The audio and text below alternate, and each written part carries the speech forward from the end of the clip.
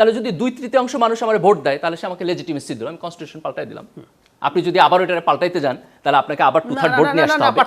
পার্থক্য আছে। উনি কনস্টিটিউশনে তো এক কথার কথা, উনি তো বলেছেন আগেই, সমস্যাটা কোন জায়গায়? উনি তার নির্বাচন দেবেন না। আফগানিস্তান মডেল আসলে মানে কি এটাও জিজ্ঞেস করতে হবে।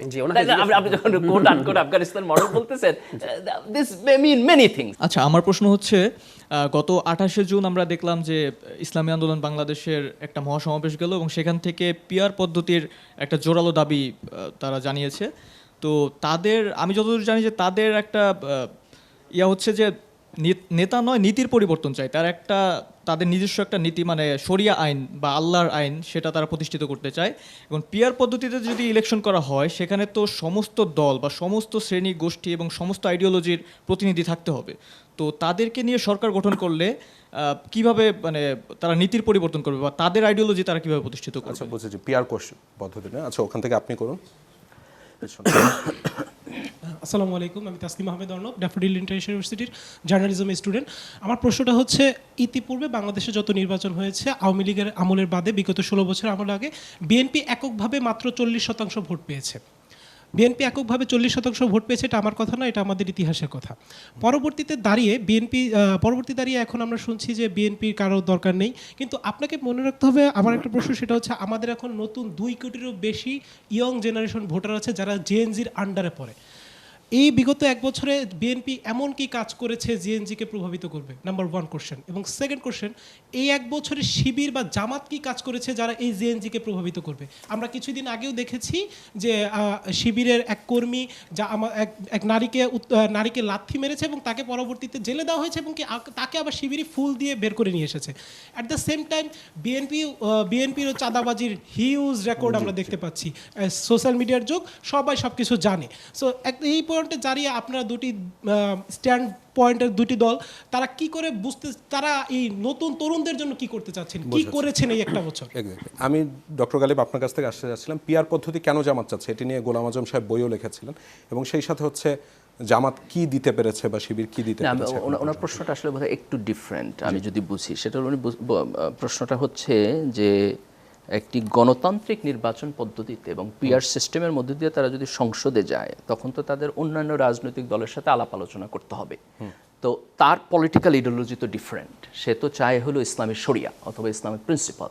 তাইলে সেটা কীভাবে বাস্তবায়ন করবে প্রসেসের মধ্যে? আমার কথা যে পিআর না, দ্যাটস দ্য কোয়েশ্চেন, রাইট? আমি যদি রাইটলি আন্ডারস্ট্যান্ড করি, দেখেন এটা হচ্ছে যে ইসলামের, মানে এটা খুব ফান্ডামেন্টাল একটা কোয়েশ্চেন যে আমি ইসলামের রাজনীতিকে কীভাবে বুঝবো। এখন যে সমস্ত ইসলামী রাজনৈতিক দলগুলো গণতন্ত্রকে অ্যাকসেপ্ট করছে যে আমি গণতান্ত্রিক পদ্ধতিতে রাজনীতি করব, তারা কিন্তু ফান্ডামেন্টালি এটা অ্যাকসেপ্ট করছে যে সমাজে ইসলামের প্রচার প্রসার, রাজনীতি, প্রিন্সিপাল, কনস্টিটিউশন, আমি যেখানেই বলি সেইখানে এই যে আমি ইসলাম আনতে চাই, এটা subject to the approval of the people, তাই না? আমি মানুষের সাথে আলাপ করবো, আমি গার্ড জোরে বসাবো না। যেমন ধর আমি মনে করতেছি যে এটা একটা ইসলামী আইন, আমি বিশ্বাস করি এইটাই বেস্ট, এইটাই হওয়া উচিত, কিন্তু আমি উচিত বলে আমি বন্দুকের নল দিয়ে এটা বসাবো না। আমি লোকদের সাথে আলাপ করবো, I will try to convince them, এবং আমি যদি তাদেরকে কনভিন্স করতে পারি তাহলে তারাতে যদি এটাতে অ্যাগ্রি হয়, সেই অ্যাগ্রি করার পরে আমি ইসলামিক প্রিন্সিপাল দেব। এটা তারা অ্যাগ্রি করছে, কাজে এটা অ্যাগ্রি করার কারণেই তারা গণতন্ত্র আসছে। কাজে যখন একটা ইসলামিক পার্টি গণতন্ত্রের মধ্যে আসে তখন এটা আমাদের জন্য কিন্তু একটা মানে নাগরিক জায়গা থেকে একটা খুব সিম্পল সহজ সমীকরণ হয়। সেটা হলো আমি তার সাথে আলাপ আলোচনা করতে পারি যে ওকে, আপনি কি বিশ্বাস করেন, আপনার প্রিন্সিপালকে, আপনি কিভাবে এটা প্রসিডিউরাল পদ্ধতিতে আপনি আগাবেন।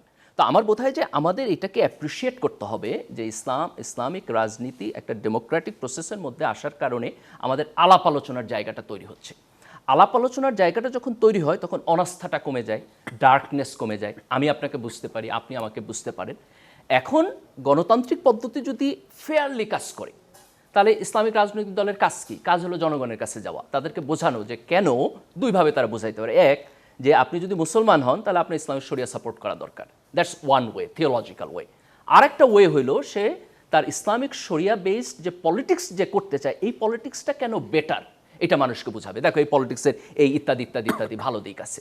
এই দুইটা জায়গায় যদি সংখ্যাগরিষ্ঠ জনগণ অ্যাগ্রি করে তখন তাদের অ্যাগ্রিমেন্টের মধ্য দিয়ে ডেমোক্রেটিক প্রিন্সিপালের মধ্য দিয়ে ইসলাম প্রতিষ্ঠিত হবে।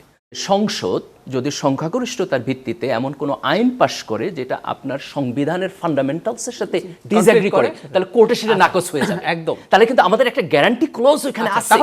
তাহলে আমি এই প্রশ্নটা এখন করছি, এই যে আপনি যেটা বলছেন, ইসলামী আন্দোলনের দ্বিতীয় সর্বোচ্চ ব্যক্তি একটা টক শোতে স্পষ্টভাবে বলেছে তারা ইসলামী শাসন কায়েম করতে চান এবং ওনার মডেল হচ্ছে, প্রিয় মডেল হচ্ছে আফগানিস্তান। এখন আফগানিস্তানের যে মডেল উনি এসে কায়েম করলেন, আফগানিস্তানে কি ইলেকশন হয়?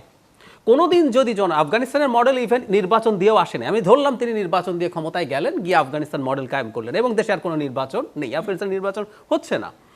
তাহলে ধরুন কোনো একটা দল মনে করলো আমরা এই মুহূর্তে এই দলটাকে ক্ষমতায় পাঠালাম, সে ইসলামী শরিয়া, সেটারও নিয়ে ডিবেট আছে, কে তার মতো করে করলেন, এবং 5 বছর পর আমার মনে হলো না, আমার ভাল লাগছে না।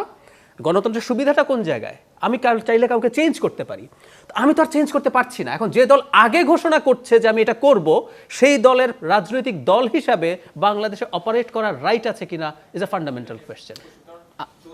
তারা যেটা বাস্তবায়িত করতে চাচ্ছে যে আফগানিস্তানের মডেলে, সেটা আমাদের কনস্টিটিউশনের সাথে কনফ্লিক্টিং, ইসলামিক রেভলিউশনের মাধ্যমে আসতে হবে। না, রেভলিউশন না, এটা গণতন্ত্রের মধ্যে আসতে পারে, আসতে পারে, কিন্তু এই যে গালিব ভাই উনি যেটা বলছেন সেটা গণতন্ত্র, ধরলাম জনগণ তাকে ভোট দিল, কিন্তু ওনার এই বক্তব্য পুরোটা ইটসেলফ আমাদের কনস্টিটিউশনের সাথে, এক্সিস্টিং কনস্টিটিউশনের সাথে কনফ্লিক্টিং। আমি আপনার সাথে 100% এগ্রি করি যে ধরেন আমি মনে করতেছি যে এক্সিস্টিং, আমি এখানে আরেকটা জিনিস বলতে হবে, সেটা হচ্ছে যে ধরেন আফগানিস্তান মডেল আসলে মানে কি এটাও জিজ্ঞেস করতে হবে। আপনি যখন কোট আনকোট আফগানিস্তান মডেল বলতেছেন, this may mean many things, তাই না? তাকে এটা জিজ্ঞেস করতে হবে। কিন্তু আমি হাইপোথেটিক্যালি ধরে নিলাম যে একটা পার্টি, এটা কমিউনিস্ট পার্টি হইতে পারে, ধরেন যে একটা কমিউনিস্ট পার্টি মনে করতেছে আমি ডেমোক্রেসির মধ্যে ফাংশন করব না, আমি এটা বদলাই দিব। The same argument equally apply to communist party এবং ইসলামিক পার্টি। তো আমি যদি একটা ফেয়ার প্রসেস চাই, তাহলে এটা এইভাবে হইতে পারে যে ঠিক আছে, আমি একটা রাজনৈতিক এজেন্ডা দিলাম এবং আমি বললাম যে আমি ক্ষমতায় আসলে কনস্টিটিউশন পাল্টাই দেব, নতুন করে লিখব। তাহলে কনস্টিটিউশন লেখার জন্য কিন্তু 2/3 মেজরিটি বলে। কেন বলে? যে আপনি সিম্পল মেজরিটি নিয়ে আসলে হবে না। তাহলে যদি 2/3 মানুষ আমার ভোট দেয়, তাহলে সে আমাকে লেজিটিমেসি দিল, আমি কনস্টিটিউশন পাল্টাই দিলাম। আপনি যদি আবার ওটা পাল্টাইতে যান, তাহলে আপনাকে আবার 2/3 ভোট নিয়ে আসতে হবে। পার্থক্য আছে। উনি কনস্টিটিউশনে তো এক কথার কথা, উনি তো বলেছেন আগেই, সমস্যাটা কোন জায়গায়? উনি তার নির্বাচন দেবেন না, ধরুন মুজিব বাকশাল করে ফেললেন, এরপর তো আমাদের অসন্তোষ তৈরি হইলো, আমরা তার মুজিবকে পাল্টাইতে পারলাম না। উনি একটা গিভেন টাইমের জনগণের ম্যান্ডেট নিলেন যে একদলীয় শাসন হবে এবং বাংলাদেশ আর এইরকম নির্বাচন হবে না, ধরুন চায়না মডেল। আর তো নির্বাচন হইল না, তো উনি এসে যখন এটা করে ফেললেন, তখন আমি তো চাইলে ভোট দিয়ে তাকে পাল্টাতে পারছি না, উনি এরপর গায়ের জোরে থেকে গেলেন। যেটা হয় কি, ধরেন আমি যদি এটা গ্যারান্টি ক্লোজ করতে পারি, আপনি তাহলে বলবেন যে ঠিক আছে, আমি তাহলে 2/3 কে আরো বাড়ায় দিই যাতে অ্যাবসলিউট মেজরিটি স্যার উনি আসতে পারেন।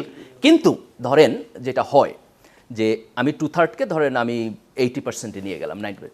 80% পিপল যদি আপনার এই কনস্টিটিউশন আর না চায়, এটা গিভেন টাইমে গালিব ভাই ডিফারেন্স কোন জায়গায়? 20 বছর পর তো চাইতে পারে, দ্যাটস দ্য মেইন প্রবলেম।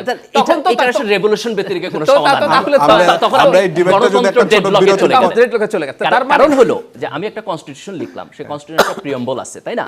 আমার যদি 80% মানুষ এই কনস্টিটিউশনের প্রিয়াম্বলে আর বিলিভ না করে, তাহলে কনস্টিটিউশন ইনভ্যালিড হয়ে যায়। তাহলে গণতন্ত্র কখন কাজ করে? গণতন্ত্র তখনই কাজ করে যখন 70-80% মেজরিটি অফ দ্য মানুষ কিছু ফান্ডামেন্টালসে এগ্রি করে।